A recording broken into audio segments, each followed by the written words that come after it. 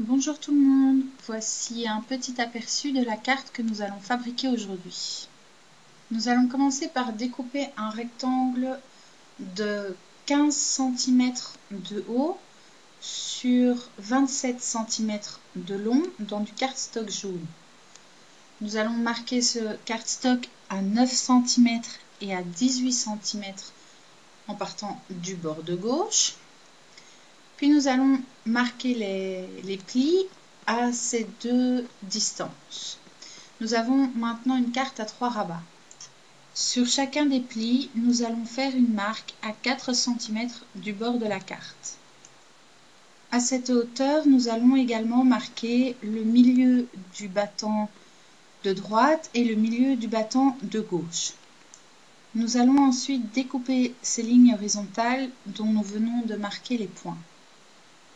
Nous allons maintenant marquer les plis à l'extérieur de la bande centrale, puis plier la carte en accordéon, sachant que le bord du haut et le bord du bas seront pliés dans le même sens et la bande centrale sera pliée dans le sens inverse.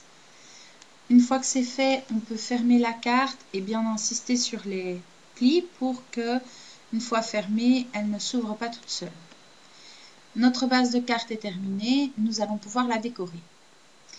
Pour commencer, nous allons mettre du masking tape sur la partie centrale visible quand la carte est fermée, puis tamponner notre motif floral à l'aide de Top Boss et de poudre à embosser clear.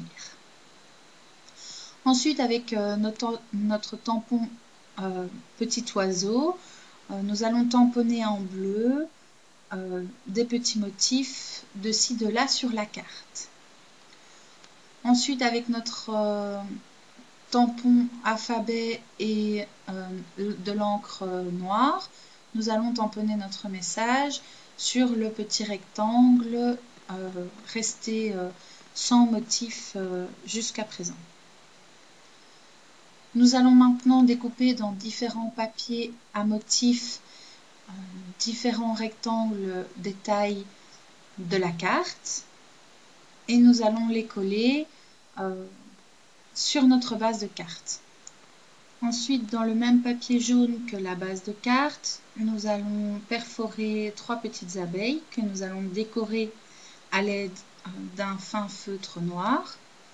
Et nous allons les coller sur notre base de carte à l'aide de petits mousses 3D d'1 mm. Ensuite, nous allons prendre une petite étiquette que nous aurons préalablement légèrement vieillie sur les bords avec de l'encre Distress brune et nous allons la placer sur notre base de carte pour pouvoir y écrire notre petit message personnel. Voilà, notre carte est terminée. J'espère qu'elle vous plaît, que le tuto était clair.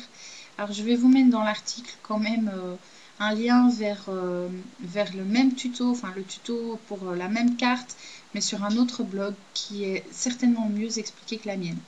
N'hésitez pas à me poser tout de même vos questions et à m'envoyer des photos de vos propres réalisations. À bientôt!